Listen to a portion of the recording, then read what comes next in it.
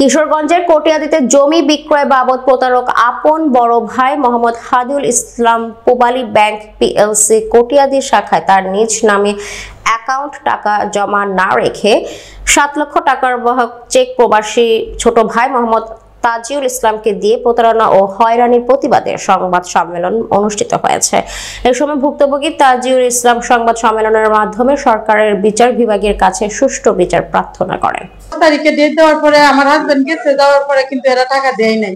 আমার বাসুর আইন আমার জাল হয় না, আসেন না। পরে মনে করেন উনি তো মনে করেন রাত্রে 10টা পর্যন্ত হেন এরা নাকি লুকা পাঠাইছে। আমার বাসুর আর আমার জাল আসে নাই।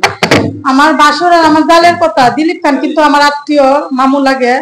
ও দিলীপে কি করব, দিলীপের কয়টি আছে, দিলীপের টাকা আমার বেশি আছে, দিলীপের কিনার মতন টাকা আমার আছে।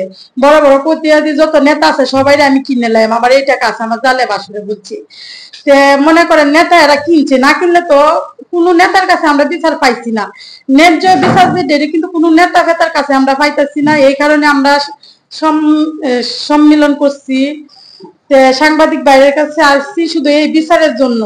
আমরা কি কারণে দেশের মধ্যে কি এমন নেতা নাই আমরা বিচার পাই, আমরা টাকা নাই পয়সা নাই, আমরা অনেক কষ্টে আছি। মনে করেন কোন সময় ক্যামেরার সামনে আসি না, এই কারণে এসব কথা আমি বলতেও পারতেছি না। আমরা কোন নেতার কাছে গিয়ে বিচার পাইছি না। সব নেতাই বলে কি করে করে কোনো ডেট দেয় না, কোনো আশা দিয়ে রাখে, কোনো ডেট দেয় নাই, কোনো বিচারও করে নাই। এই 10 লাখ টাকা চেক আছে, প্রমাণ আছে, সাক্ষী আছে, তারপরে কোনো নেতা বিচার টাকাটা নিয়ে দিতে পারলো না। এই কারণে সাংবাদিক ভাইদের কাছে আইছি, তো জনগণের কাছে বিচার চাই। মাননীয় প্রধানমন্ত্রী করেন,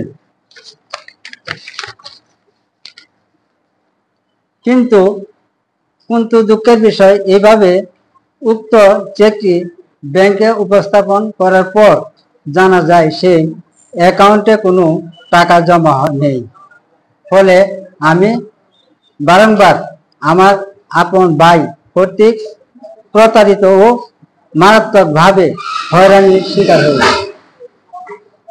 আমি মনে করি এই ঘটনার মাধ্যমে তিনি আমাকে ইচ্ছাকৃতভাবে প্রতারণা করতেছেন এবং আমার আর্থিক ক্ষতির পাশাপাশি মানসিকভাবে ভীষণ বিপর্যস্ত করছেন। আমি দীর্ঘদিন ধরে সামাজিকভাবে এই টাকা আদায়ের চেষ্টা করেছি, কিন্তু কোনো ফল পাইনি। তাই আজ আমি সংবাদ সম্মেলনের মাধ্যমে এই প্রতারণার বিরুদ্ধে সবার সামনে প্রতিবাদ জানাচ্ছি এবং প্রশাসনের কাছে জোর দাবি জানাচ্ছি এই ঘটনার সঠিক তদন্ত করে আমাকে ন্যায় বিচার প্রদান করা হোক। আমি চাই কেউ যেন তার আপন ভাইয়ের হাতেও এভাবে প্রতারিত না হন। আপনাদের সবাইকে ধন্যবাদ। নিবেদক সভাপতি এইলা ঘনিষ্ঠ সম্পর্ক হীরা নেতা এই ধরাই দিছে।